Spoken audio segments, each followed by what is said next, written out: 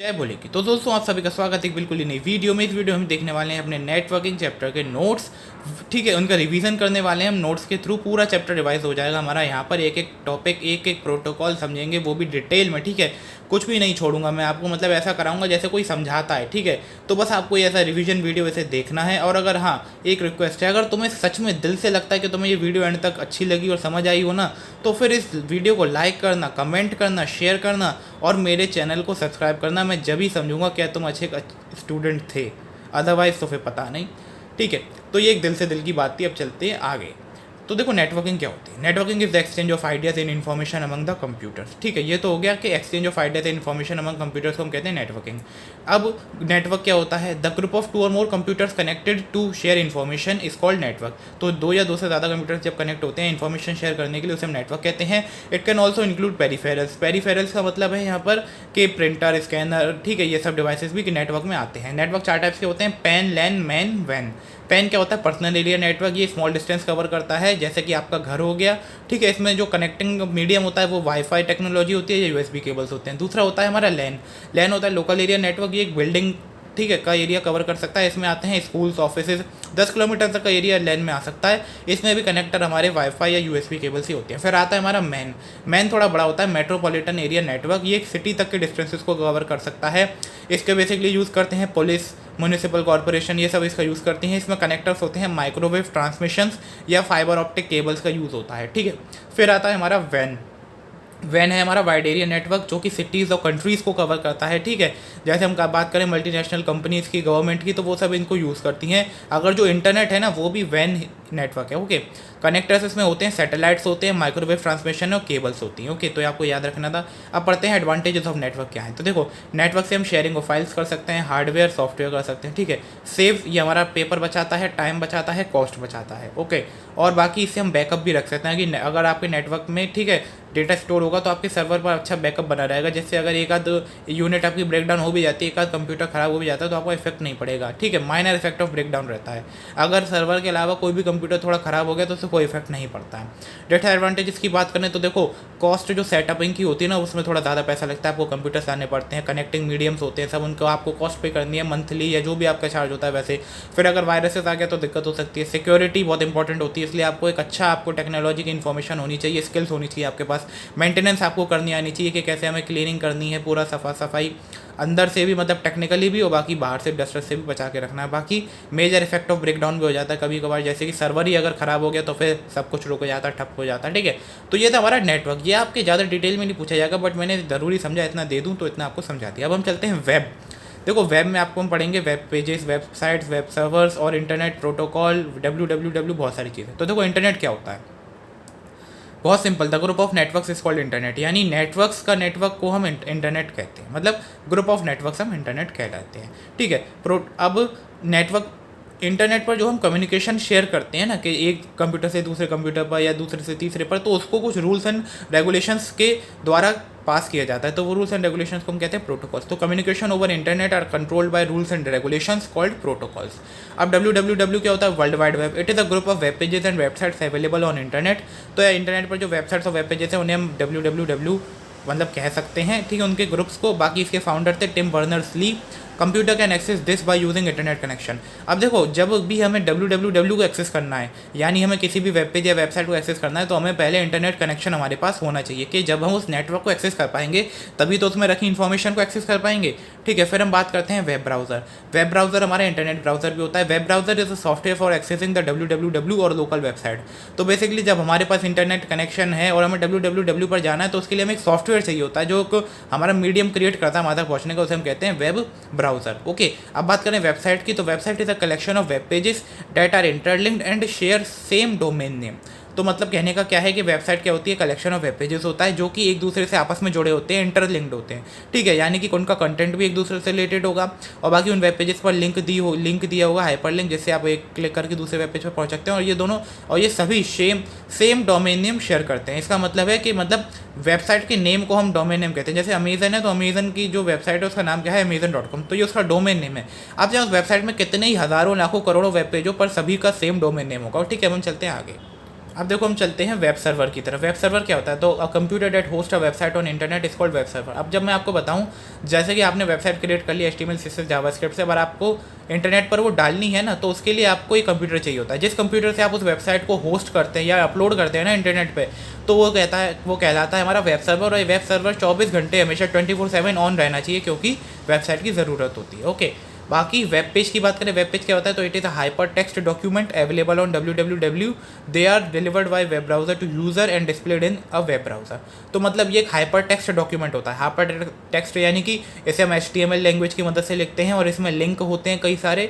बाकी ये हमें वर्ल्ड वाइड वेब पर मिल जाता है। और ये क्या होता है? ये जो हमारा वेब सर्वर होता है, यानी जो कंप्यूटर जो वेबसाइट होस्ट करता है, वो इन वेब पेजेस को डिलीवर करता है यूज़र तक, जो हमें वेब ब्राउज़र जब हम खोलते हैं तो उस पर दिखाई देते हैं। मान के चलिए मेरी एक वेबसाइट थी जो मैंने कंप्यूटर से होस्ट करी, तो जब आप गूगल खोलेंगे, वो एक वेब ब्राउज़र है, तो उसमें आपको वो वेब पेज दिखाई देगा, उसका जो भी गूगल के वेबसाइट के वेब पेज होते हैं। ठीक है, फिर हम बात करें सर्वर क्या होता है। ये देखो एक बेसिक सी बात थी पर मैंने ऐड करी।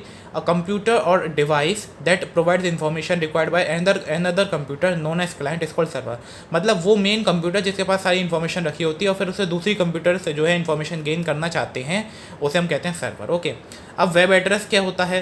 तो देखो, जो सीधी बात, वेब एड्रेस हमारी लिंक को हम वेब एड्रेस कहते हैं। जो हम नीचे आपको देते हैं डिस्क्रिप्शन में, वो हमारा एक वेब एड्रेस होता है। वेब एड्रेस को हम URL भी कह सकते हैं। Web address contains information about the location of web page, also known as URL। It is the link displayed in the website bar और search bar when you are on website. तो basically इसको हम URL भी कहते हैं। ये location of web page हमें बताता है। बाकी ये हमें कहाँ दिखता है? तो जब भी हम गूगल पर सर्च करते हैं ना कोई भी चीज़, तो फिर क्रोम पर बेसिकली अब तो जो आपको सर्च बार में फिर एक लिंक सा लंबा चौड़ा कुछ दिखाई देता होगा, उसे हम कहते हैं वेब एड्रेस। ओके, अब वेब एड्रेस के 2-3 पार्ट होते हैं। पहला पार्ट होता है हमारा प्रोटोकॉल HTTPS, जो कि हम सबसे पहले लिखते हैं। उसके बाद हमारा www.amazon.com है। तो उसमें www जो है वर्ल्ड वाइड वेब, ये एक प्लेटफॉर्म है जिस पर हम अपनी वेबसाइट होस्ट कर रहे हैं, यानी इसे दे रहे हैं अपनी वेबसाइट रखने के लिए। तो ये होस्ट हो गया हमारा, और amazon.com हमारा डोमेन नेम हो गया। ठीक है, तो ये हमारा इसमें आता है। अब हम बात कर लेते हैं फटाफट से आपकी अगली यूनिट, जो कि है प्रोटोकॉल्स की। तो इसमें कई सारे प्रोटोकॉल्स हैं जिनको हम फटाफट समझते हैं। पहली जो कैटेगरी है आपके प्रोटोकॉल्स की, वो है इंटरनेट प्रोटोकॉल्स या TCP। ठीक है, अब देखो इंटरनेट प्रोटोकॉल और TCP मतलब होते क्या है, इससे पहले समझने से हम समझते हैं IP एड्रेस क्या होता है। IP एड्रेस सर, जैसे आपने सुना होगा हर मोबाइल को एक अलग IMEI नंबर मिलता है। IMEI नंबर मतलब कि ये सारी कंपनीज जो अपने मोबाइल बनाती हैं उन्हें एक नंबर देती हैं जिनसे वो उन मोबाइल को एक्सेस कर सकती हैं। ओके, तो ये नंबर हर कंपनी के हर मोबाइल का अलग अलग होता है। कोई भी 2 कंपनीज अपने एक मोबाइल का सेम IMEI नंबर नहीं रख सकती। ये तो वही आपके मोबाइलों की बात। ऐसे कंप्यूटर में होता है IP एड्रेस, या मतलब जब हम ऑनलाइन यूज़ करते हैं ना, तो हमें मिलता है एक IP एड्रेस। आपके मोबाइलों का भी IP एड्रेस होता है, लैपटॉप का भी होता है, डेस्कटॉप का भी होता है, सबको एक IP एड्रेस मिलता है। तो जब आप इन्फॉर्मेशन मांगते हैं www से, तो वो पहले तो आपका एड्रेस पूछता है कि मुझे किस पते पर इन्फॉर्मेशन दे के आनी है। वो इन्फॉर्मेशन पहले तो लेगा उस कंप्यूटर से जिसने वेबसाइट होस्ट करी है, और फिर वो आपके कंप्यूटर पे आके देगा। तो आपके कंप्यूटर का उसे IP एड्रेस पता होना चाहिए। ओके, ये मैं आपको बताना चाहता था। अब हम चलते हैं प्रोटोकॉल की तरफ। तो पहला है हमारा इंटरनेट प्रोटोकॉल, उसमें हमारा है IP। तो देखो उसे हम कहते हैं internet protocol, responsible for delivering packets from the source to destination by looking at IP address. तो बेसिकली क्या करता है, जब अगर मान के चलिए हमें कोई 2 MB की फाइल भेजनी है, तो इसके छोटे छोटे पैकेट बनाकर डिलीवर कर देता है हमारे उस कंप्यूटर पर, ठीक है, जिस पर हमें चाहिए होती है वो फाइल। ओके, अब मान के चलिए मुझे अपने कंप्यूटर पे चाहिए थी, तो मैंने अपने कंप्यूटर पर वो फाइल डिलीवर करा ली। तो जब हम वेबसाइट से ऐसा करते हैं ना, डाउनलोड वाली बात करते हैं, तो वो उस होस्ट कंप्यूटर से जिसने वेबसाइट होस्ट करी है, वहाँ से वो फाइल हमारे कंप्यूटर के IP एड्रेस पर डिलीवर कर रहा होता है टुकड़ों में। अब ये टुकड़े आपस में कहीं बिगड़ ना जाए, इनको सीक्वेंस में बिगड़ जाए, ठीक है, फाइल नहीं तो उल्टी सीधी हो जाएगी।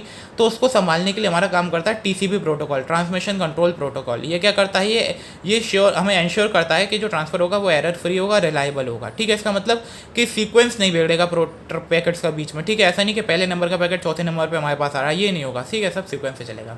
दूसरी कैटेगरी आती है हमारे पास मैसेज प्रोटोकॉल्स की। इसमें होता है SMTP और POP3। SMTP होता है हमारा सेंडिंग एजेंट या मेल ट्रांसफ़र एजेंट भी हम कह सकते हैं। ये मैसेजेस और ईमेल्स भेजने के लिए यूज़ किया जाता है। ये हमारे सेंडर्स के कंप्यूटर से रिसीवर के मेल सर्वर पर मेल भेज देता है। मान के चलिए मैं गूगल मेल इस्तेमाल करता हूँ, मुझे किसी को मेल भेजना है, गूगल मेल वो भी इस्तेमाल करता है, तो मैंने अपने कंप्यूटर से मेल भेजा, तो अब वो मेल पता है कहाँ जाता है, वो गूगल मेल के सर्वर पर चला जाता है। उसको ये पता होती है कि ये मुझे अपने इस वाले कंप्यूटर पे जाना है। तो फिर अब काम करता है हमारा POP3। अब हमने भेज तो दिया। POP3 होता है हमारा रिसीवर एजेंट, ठीक है, वो रिसीव करने में मदद करता है। तो वो क्या करता है, जब आप खोलते हैं अपना जीमेल, यानी जब रिसीवर अपना जीमेल खोलता है तो फिर वो क्या करता है, मेल सर्वर से अपना मेल ना रिट्रीव कर लेता है और उस यूज़र के सामने ला के दिखा देता है कि जो मेल पहले जीमेल के सर्वर पे पहुंचा था, अब वो इस यूज़र को हमारे मिल जाता है, ठीक है। अब जो तीसरी कैटेगरी आती है वो होती है HTTP एंड HTTPS। तो देखो HTTP हम बहुत बचपन से पढ़ते आ रहे हैं, हाइपर टेक्स्ट ट्रांसफर प्रोटोकॉल। ये क्या करता है, इसका बहुत बेसिक सा काम है, use to manage communication between web browser and servers. तो मतलब ये वेब पेजेस का आदान प्रदान करने में हमारी मदद करता है। देखो आपने देखा होगा हर वेबसाइट से पहले HTTPS लिखा होता है। वो क्यों? क्योंकि वेब पेजेस होते हैं हर वेबसाइट में, तो उनका जो ट्रांसफर होता है वो HTTP प्रोटोकॉल की मदद से ही होता है। HTTPS हमारा बस इसका सिक्योर्ड इंक्रिप्शन है। इसका मतलब कि HTTP उतना सिक्योर नहीं था जब आया, उसको हमने थोड़ा और सिक्योर करा जिससे वो HTTPS बन गया। ओके, तो ये इनमें डिफरेंस है। अब हमारी जो चौथी कैटेगरी आती है वो होती है टेलनेट और SSH की।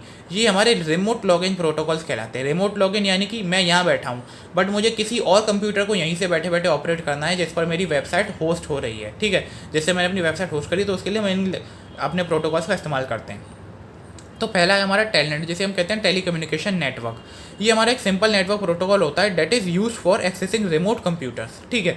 तो मतलब जिसको हम यूज़ करते हैं अपने रिमोट कंप्यूटर्स को एक्सेस करने के लिए। मान के चलिए मैं आगरा में बैठा हूँ बट मेरा लैपटॉप जो है जैसे वेबसाइट होस्ट हो रही है वो दिल्ली में है, तो मैं रिमोट ये टेली कम्युनिकेशन नेटवर्क कंट्रोल का प्रोटोकॉल का इस्तेमाल करूँगा अपने वेबसाइट अपना उसको एक्सेस करने के लिए, वहाँ पर सिस्टम में थोड़ा चेंजेस करने के लिए, ठीक है। अब ये क्या था, टेली कम्युनिकेशन नेटवर्क प्रोटोकॉल इतना थोड़ा ज़्यादा सिक्योर नहीं था, ठीक है। इन्फॉर्मेशन लीक हो जाती थी या कोई और एक्सेस कर लेता था आसानी से, तो इसके लिए हमने सॉल्यूशन निकाला SSH प्रोटोकॉल। क्या है इसका, थोड़ा ज़्यादा सिक्योर्ड वर्जन हम कह सकते हैं SSH होता है। तो वो हमारा क्या करता है, और ज़्यादा सिक्योरिटी प्रोवाइड कराता है कि हमारा पता है हमारा डेटा लीक नहीं होगा, सिर्फ हमारे अलावा कोई भी उस रिमोट लॉगिन को एक्सेस नहीं कर सकता। तो ये हमारा काम बनता है। अब हम चलते हैं अपना file transfer protocol. File transfer protocol में आपके 3 प्रोटोकॉल आते हैं, FTP, SFTP, SCP। अब देखो FTP होता है फाइल ट्रांसफ़र प्रोटोकॉल। ये क्या कहते हैं, जो हमने इंटरनेट प्रोटोकॉल पढ़े थे TCP और IP उन्हीं का पार्ट होता है। क्यों? इसका मतलब है फाइल को ट्रांसफ़र करना। और सर हमने देखा था कि जो इंटरनेट प्रोटोकॉल है वो भी इन्फॉर्मेशन को पैकेट्स में डिवाइड करके ट्रांसफ़र करता है। तो हम इसे कह सकते हैं ये इंटरनेट प्रोटोकॉल का बच्चा है, ठीक है। ये मेन काम वहाँ पे कर रहा होता है, ठीक है। इनका बाप कौन है, IP और TCP, ये कह सकते हैं यहाँ पे। तो use for transmitting the files downloading from one host to the another. तो बेसिकली जब हम फाइल्स को ट्रांसफ़र करते हैं उसमें हम FTP का इस्तेमाल करते हैं। दूसरा है हमारा SFTP, ठीक है। SFTP के प्रोटोकॉल है वो होता है हमारा SSH file transfer protocol is a part of the SSH protocol suit. अब देखो आप यहाँ पर बात समझो, ये SSH जो हमने प्रोटोकॉल पढ़ा था ना, भी टेलनेट के बाद ही उसका बच्चा है। उसका बच्चा कैसे है, क्योंकि उसी के सूट में आता है। वो क्या करता है, वो हमारा सिक्योर फाइल ट्रांसफ़र प्रोवाइड कराता है, टेलनेट से ज़्यादा सिक्योर होता है। ऐसे ही हमारा FTP कम सिक्योर होता है, तो उसको ज़्यादा सिक्योर बनाने के लिए हमने SFTP को निकाला और ये उसी के अंडर वर्क करता है। आप ऐसे समझिए, FTP IP का बच्चा, SFTP SSH का बच्चा। Secure copy protocol. Secure copy protocol क्या करता है, securely transferring computer files between 2 computers. तो ये बेसिकली 2 कंप्यूटर्स के बीच में फाइल्स को सिक्योरली ट्रांसफ़र करता है। It works on SSH protocol suit. तो बेसिकली ये भी इसी टेक्निक पे वर्क करता है जिस पे हमारा SFTP वर्क करता है, यानी ये भी SSH प्रोटोकॉल का ही हम चाइल्ड बच्चा कह सकते हैं, ठीक है। अब देखो क्या होता है, SFTP को हम ज़्यादा इस्तेमाल करते हैं, सिक्योर कॉपी प्रोटोकॉल को हमें अलग से क्या करते हैं, इसके लिए सॉफ्टवेयर डाउनलोड करना पड़ता है जिससे फिर वो प्रोटोकॉल करके फॉलो करके हमारी फाइल जाती है। तो इसलिए यहाँ पे इतने डिटेल में मत जाइएगा, बस ऊपर से देख लेना है। तो समझ आ गया, FTP IP का बच्चा, SFTP SSH का बच्चा और SCP भी SSH का ही बच्चा है। अब हम चलते हैं हमारी 3rd यूनिट जो कि है वेब सर्विसेज की। ओके, इसमें हम पढ़ने वाले हैं सारी ई लर्निंग, ई रिजर्वेशन, ई बैंकिंग, ई गवर्नेंस, इन सब के बारे में। उससे पहले जान लेते हैं सर्च इंजन क्या होता है। तो देखो बहुत ही बेसिक सी डेफिनेशन है, web search engine is a system that is design to carry out web searches like Google, Bing etcetera. तो बेसिकली वेब सर्च इंजन एक सिस्टम होता है जो कि डिज़ाइन किया जाता है जिससे हम सर्चेस कर सकें, वेब पर ऑनलाइन सर्चेस कर सकें, ठीक है। इसके प्रोसेस में 3 फंक्शन आते हैं, ठीक है। मतलब इसका हम सर्च करने का तरीका होता है और फिर हमें ये इन्फॉर्मेशन देता है, उसमें टोटल ये 3 काम करता है। पहला काम होता है इसका वेब क्रॉलिंग का, दूसरा काम होता है इंडेक्स का और तीसरा काम होता है रैंकिंग का। तो वेब क्रॉल क्या करता है, ये हर अपनी वेबसाइट का जो URL होता है, जो उसका एड्रेस होता है ना, उसको कॉपी कर लेता है। अब फिर क्या करता है इंडेक्स, फिर उसको ये अपने एड्रेस को आके अपने जो इसका बड़ा सा एक स्टोर होता है, गोडाउन हम कह सकते हैं इन्फॉर्मेशन का, उसमें आके स्टोर करता है और फिर वो देखता है जब उसका पेज जो इंडेक्स में आता है, इंडेक्स से होती है आपकी लाइन वाइज जो कंटेंट की सीरीज़ होती है, तो जब इसका जो इंडेक्स में हमारा पेज आ जाता है और फिर वो रन हो रहा होता है, ये उसे पढ़ रहा होता है, तो फिर वो देखता है कि ये किन किन क्वेश्चंस का आंसर हो सकता है। मतलब मैंने डाला how can we learn English, ठीक है, या how can we speak English, तो बेसिकली अब जो वेब पेजेस उसके इंडेक्स में डले होंगे सर्च इंजन की, तो वो उनमें से देखेगा कि किस वेब पेज में इंग्लिश से जुड़ी बातें लिखी हैं, तो वही मैं यूज़र को दे दूँ। तो फिर इंडेक्सिंग में हमारा ये काम होता है। अब रैंकिंग में क्या होता है, रैंकिंग में हमारी कंटेंट को ना प्लेसेस मिलती हैं कि हाँ कौन सा कंटेंट बहुत ज़्यादा अच्छा रहा है। देखो आप यूट्यूब की मदद से भी समझ सकते हो, जैसे यूट्यूब में वीडियोस रैंक की जाती हैं एसईओ की मदद से, ठीक है, और फिर आप लोग उसे रैंक कराते हैं लाइक करके, सब्सक्राइब करके, कमेंट करके। तो इसलिए कहता हूँ लाइक करो जिससे वीडियो ज़्यादा लंबी पहुँचे। वो हम क्यों कहते हैं, क्योंकि जितना आप लाइक करते हैं ना उतना हमें वो होता है कि हमारी वीडियो को, यूट्यूब को लगता है कि हमारी वीडियो अच्छी है, ठीक है, तो फिर उसकी वो रैंकिंग अच्छी करता है। अब अगर आपको वीडियो अच्छी लगे तो आप भी बिना लाइक किए मत जाना, ओके। और फिर उस हिसाब से हमारी ये वेबसाइट्स के वेब पेजेस को लिस्ट कर लेता है कि कौन सा ज़्यादा अच्छा है, कौन सा कम अच्छा है, वो सब ये देख लेता है अपने हिसाब से, ठीक। तो ये थे हमारे 3 काम सर्च इंजन के। अब हम चलते हैं अपना अगला टॉपिक जो कि है चैटिंग। चैटिंग कौन नहीं जानता है सर आज के ज़माने में, text based communication that is live, ये सिंपल सी डेफिनेशन है। Chatting is a text based communication that is live और real time communication, okay. Video conference तो इसको हम करते हैं चैटिंग को व्हाट्सएप, फेसबुक सबके द्वारा, पता ही यार, तो और नए नए खुलते जा रहे हैं, टेलीग्राम भी आ गया, ठीक है। वीडियो कॉन्फ्रेंस क्या होता है, it is a live visual connection between 2 और more people residing in separate location for the purpose of communication. तो बेसिकली वीडियो कम्युनिकेशन में हम, चैटिंग में तो टेक्स्ट बेस होता है, पर वीडियो में हम एक दूसरे की शक्ल देख कर सकते हैं, फेस टू फेस वाला थोड़ा इस्तेमाल होता है, बाकी 2 या 2 से ज़्यादा लोगों के इसमें बीच में हो सकता है for the purpose of communication. अब हम देखते हैं ई लर्निंग क्या होती है। E learning, learning with utilising the electronic technologies is called e learning. मतलब याद करना by utilising the electronic technologies, electronic technologies की मदद लेकर याद करना, उसे हम कहते हैं ई लर्निंग, जैसा कि आपने लॉकडाउन में करी है, ठीक है। ई बैंकिंग क्या होती है, तो use of telecommunication and computers to enable banking transactions to be directly by telephone और computer rather than human interaction. तो मतलब घर पे बैठे बैठे बैंकिंग करना, बैंकिंग की ट्रांजेक्शन्स करना without the help of human interaction, ठीक है। खुद बैंक ना जाए, अपने घर पे ही बैठे बैठे सारे काम कर लेना। तो देखो आप कहते हैं ना कि अब सब कुछ तो घर पे बैठे बैठे हो सकता है, तो वही है यहाँ बात। अब हम देखते हैं ई रिजर्वेशन क्या होता है। तो देखो रिजर्वेशन आपको पता ही, ट्रेन की टिकट का रिजर्वेशन होता है, मूवी की टिकट का रिजर्वेशन है, सब चीज़ों का है। होटल में टेबल तक का रिजर्वेशन होता है। तो known for making the appointments online by using the internet. तो basically e reservation is making the appointments online by using the internet. A person can only check the availability of seats in bus, fare और aircraft, ठीक है। तो आप कई जगहों पर अपनी अवेलेबिलिटी ऑफ सीट्स चेक कर सकते हैं और फिर आपका वहाँ पर उसे बुक कर सकते हैं। ई गवर्नेंस क्या होता है, गवर्नेंस तो सर कंट्री चलाना हो गई। तो the uses of communication and information by the government to provide and facilitate government services, exchange of information etcetera. तो मतलब कम्युनिकेशन का यूज़ करके गवर्नमेंट की जो सर्विसेज हैं या फैसिलिटीज़ हैं उन्हें और अच्छा करना, या एक्सचेंज ऑफ इंफॉर्मेशन को बढ़ाना, उसे हम कहते हैं ई गवर्नेंस। मेरे ख्याल से आप समझ गए होंगे। अगली बात है हमारी सोशल नेटवर्किंग।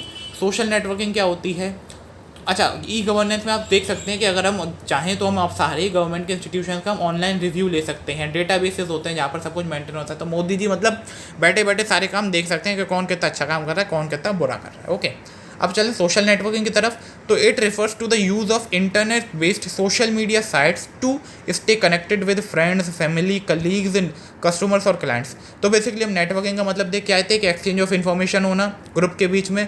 तो सोशल नेटवर्किंग का मतलब कि सोशल मीडिया साइट्स के थ्रू हम कनेक्टेड रहें अपने फ्रेंड्स, फैमिली और कलीग से, जिससे हम एक्सचेंज ऑफ इन्फॉर्मेशन कर सकें। क्योंकि आप क्या करते हो, सोशल मीडिया पे फोटो डालते हो, वो बात अलग है, आजकल आप रील भी डालने लगे हो, बट मेन फोटो डालते हो या एक दूसरे से चैट करते हो, जो इससे आपकी एक्सचेंज ऑफ इन्फॉर्मेशन होता है, ओके। अब हम अपनी आखिरी यूनिट की तरफ चलते हैं जो कि है मोबाइल टेक्नोलॉजीज़। एसएमएस की फुल फॉर्म क्या होती है, शॉर्ट मैसेज सर्विस। ये 1980 में डेवलप हुआ था, ठीक है। एक एसएमएस में मैक्सिमम 160 कैरेक्टर्स आ सकते हैं, यानी 160 अक्षर हम लिख सकते हैं, ठीक है। अब एसएमएस का क्या एक ड्रॉबैक था, जब ये शुरू में आया तो इसमें सिर्फ हम लिखा हुआ बात भेज सकते थे, हमें कोई फोटो खींची या वीडियो या गाना है वो नहीं भेज सकते थे। लेकिन जब व्हाट्सएप भी नहीं आया था तो फिर उसके लिए हमने डेवलप किया एमएमएस, यानी मल्टीमीडिया मैसेजिंग सर्विसेज की। मैसेजिंग सर्विस तो हमारे पास है, बट अब हम मल्टीमीडिया भी मैसेज के तौर पर भेज सकें। ये यूज टू सेंड मल्टीमीडिया, गाने, आवाज़, ठीक है, आपकी फ़ोटो, वीडियो, जो भी आप भेजना चाहते हैं। तो कहते थे ना एमएमएस लीक हो गया पहले, तो उसका मतलब था कि वीडियो या कोई फाइल लीक हो गई, ओके। अब बात कर लेते हैं 3G 4G। तो ये क्या है, ये तो जनरेशन है हमारे नेटवर्क की, ठीक है। अब तो 5G भी आ गया है, 6G की तैयारी है। 3G कब लॉन्च हुआ था, जापान में 2001 में। 3G की जो मैक्सिमम स्पीड थी वो थी मात्र 3.1 Mbps पर सेकंड। मतलब अगर आप इस स्पीड से PUBG भी डाउनलोड करने जाएंगे तो कितना टाइम लगेगा। ओके, उसके बाद हमने इसकी जो एवरेज स्पीड जो मेनली आती थी घरों में वो आती थी 0.5 से लेके 1.5 Mbps तक। इसमें भी मैं आपको बता दूं उस समय बहुत कम आती थी, ये तो एवरेज बता दिया है बाहर की कंट्री से, पर इंडिया में बहुत कम था। दिसंबर 14 2009 को टेलिया सोनेरा नाम की एक टेली नेटवर्क ऑपरेटर ने अपना नया कनेक्शन बनाया, उसे हम कहा हमने 4G। तो 4G की जो स्पीड थी मैक्सिमम वो थी 100 Mbps पर सेकंड। तो देखो 2009 से 2022 आ गई, हम अभी 4G पर ही हैं। मतलब कुछ लंबा गैप नहीं हो गया, नहीं तो कहाँ 8 साल के अंदर हमें 3G से 4G पे आ गए, और कहाँ आज मेरे ख्याल से कितने साल होने वाले हैं अपने 12 और 13 साल हो गए हम एक ही उस पर टिके हैं। तो ये हमें अब 5G पर आ गए हैं लोग, बट और धीरे धीरे डेवलपमेंट होता ही जाएगा। तो ये था हमारा मोबाइल टेक्नोलॉजीज़ का टॉपिक। अब देखो इसी के साथ मैंने आपको पूरा चैप्टर एक क्विक रिवीजन करा दिया है, छोटी छोटी डेफिनेशन हैं जिन्हें आप याद करना चाहें तो कर सकते हैं। 20 मिनट के अंदर पूरा चैप्टर डिवाइस हो गया है। अब अगर जो आपसे पहले मैंने बात कही थी, आपको अगर दिल से ये वीडियो अच्छी लगी हो या आपका रिवीजन हो गया हो ना अच्छे से, तो लाइक कर देना, शेयर कर देना वीडियो को जिससे और लोग भी कर सकें, ठीक है। और सब्सक्राइब करके जाना यार, सब्सक्राइब जरूर करके जाना। बाकी आप best of luck for your exams, ये आपका आखिरी एग्ज़ाम है, इसके बाद आपको कॉपी किताबें खोलनी भी नहीं है, और मुझे पता है आप लोग खोलोगे भी नहीं, तो इसलिए यार बस इतना आप एक बार लाइक शेयर कमेंट कर देना तो मुझे बहुत अच्छा लगेगा। चलो tata, goodbye, see you, thank you for watching the video. जय बोले की।